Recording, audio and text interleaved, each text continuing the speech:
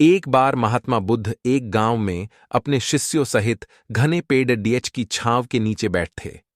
आसपास के गांव के बहुत से लोग अपनी अपनी मानसिक परेशानियां लेकर महात्मा बुद्ध के पास आ रहे थे।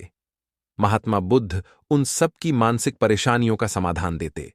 सब लोग खुशी खुशी अपनी समस्याओं का समाधान पाकर वहां से लौट रहे थे। वहीं से कुछ दूर बैठा एक दुखी भिखारी खुद की किस्मत को कोसता हुआ बुद्ध के पास जाने वाले लोगों को देखकर ये सोचने लगा कि अभी कुछ देर पहले तो ये लोग दुखी मन से मुंह लटकाए उन महात्मा के पास गए थे, और अब इतना खुश होकर कैसे वापस लौट रहे हैं। आखिर माजरा क्या है, जरा मैं भी जाकर देखूं कि वो महात्मा ऐसा कौन सा खजाना बांट रहा है इन लोगों को, जो इनके चेहरे को खुशी से लाल हो गए।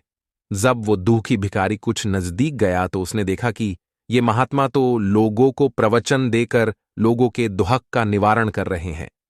ये देखकर भिखारी के मन में भी तीव्र इच्छा हुई कि क्यों ना मैं भी अपना दुख इन महात्मा को बता दूं, मुझे भी अपने दुहक का समाधान अवश्य मिलेगा।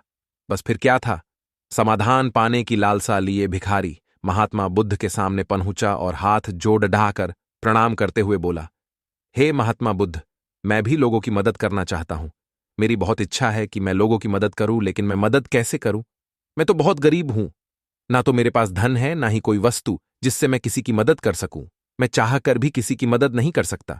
मुझे भगवान ने इतना गरीब क्यों बनाया? हे महात्मा, मुझ पर कुछ कृपा करो। इतना बोलते हुए भिखारी रोने लगा। महात्मा बुद्ध बोले, तुम बहुत अज्ञानी हो, क्योंकि तुम अब तक इस भ्रम में जी रहे हो कि तुम्हारे पास कुछ नहीं, जबकि दूसरों को कुछ देने के लिए तुम्हारे पास बहुत कुछ है। तुम बिना धन और वस्तु के भी दूसरों की मदद कर सकते हो।